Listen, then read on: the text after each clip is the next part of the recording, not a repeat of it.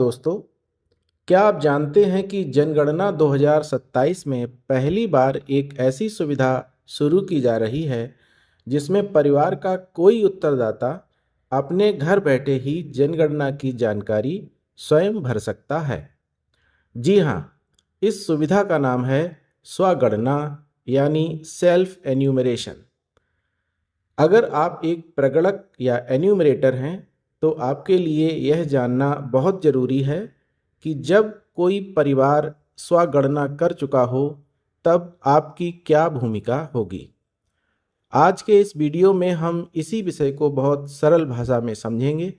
तो चलिए शुरू करते हैं। आइए सबसे पहले समझते हैं कि स्वगणना क्या है।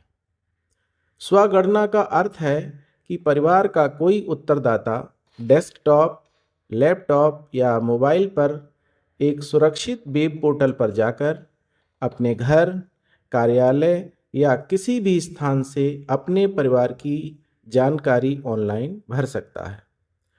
यह सुविधा उन परिवारों के लिए विशेष रूप से उपयोगी है जो दिन में घर पर नहीं मिलते, नौकरी पेशा हैं या किसी दूसरे स्थान पर रह रहे हैं। अब बात करते हैं प्रगणक की भूमिका की। यहाँ सबसे ज़रूरी बात यह है कि अगर किसी परिवार ने स्वगणना कर ली है तब भी प्रगणक की भूमिका समाप्त नहीं होती, बल्कि उस स्थिति में प्रगणक की जिम्मेदारी और भी महत्वपूर्ण हो जाती है, क्योंकि डेटा का सत्यापन और अंतिम स्वीकार्यता प्रगणक के माध्यम से ही होगी।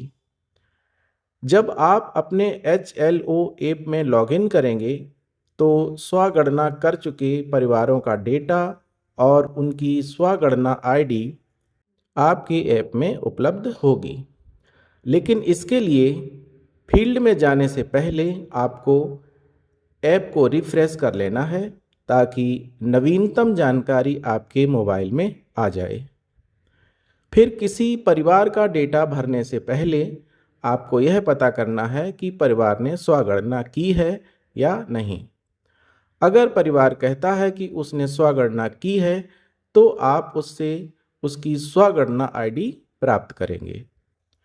ऐप में जब आप वह स्वगणना ID दर्ज करेंगे तो उस परिवार द्वारा भरी गई जानकारी आपकी स्क्रीन पर दिखाई देगी।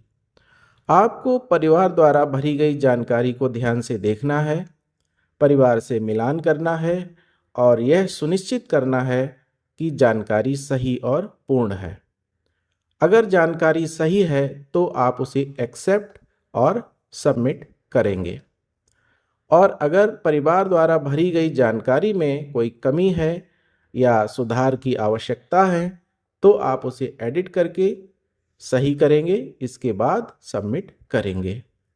ध्यान रहे, बिना जांच किए किसी भी स्वगणना रिकॉर्ड को सबमिट नहीं करना है, क्योंकि डेटा की शुद्धता की अंतिम जिम्मेदारी प्रगणक की ही रहती है। अगर आप किसी स्वगणना रिकॉर्ड को एडिट करते हैं तो वह रिकॉर्ड आगे सुपरवाइजर के रिव्यू के लिए टैग हो जाएगा, इसलिए डेटा का सत्यापन सावधानी से करना है। अब अगर परिवार ने स्वगणना नहीं की है तो आपको सामान्य प्रक्रिया के अनुसार उत्तरदाता से सभी प्रश्न पूछकर जानकारी भरनी है। सारांश के रूप में ध्यान रखें कि स्वगणना होने के बाद भी प्रगणक को घर का भ्रमण करना अनिवार्य है। ऐसा नहीं है कि परिवार ने पोर्टल पर जानकारी भर दी और अब प्रगणक को वहां जाना ही नहीं है। प्रगणक को वहां जाना है, स्वगणना ID लेना है, डेटा सत्यापित करना है और उसके बाद ही रिकॉर्ड को सबमिट करना है। तो दोस्तों, यह वीडियो अगर आपके लिए उपयोगी रहा हो तो वीडियो को लाइक करें, शेयर करें और अगर आपका कोई सवाल हो तो कमेंट में ज़रूर लिखें। जनगणना 2027 से जुड़े ऐसे ही उपयोगी प्रशिक्षण वीडियो के लिए चैनल को सब्सक्राइब करना ना भूलें। धन्यवाद।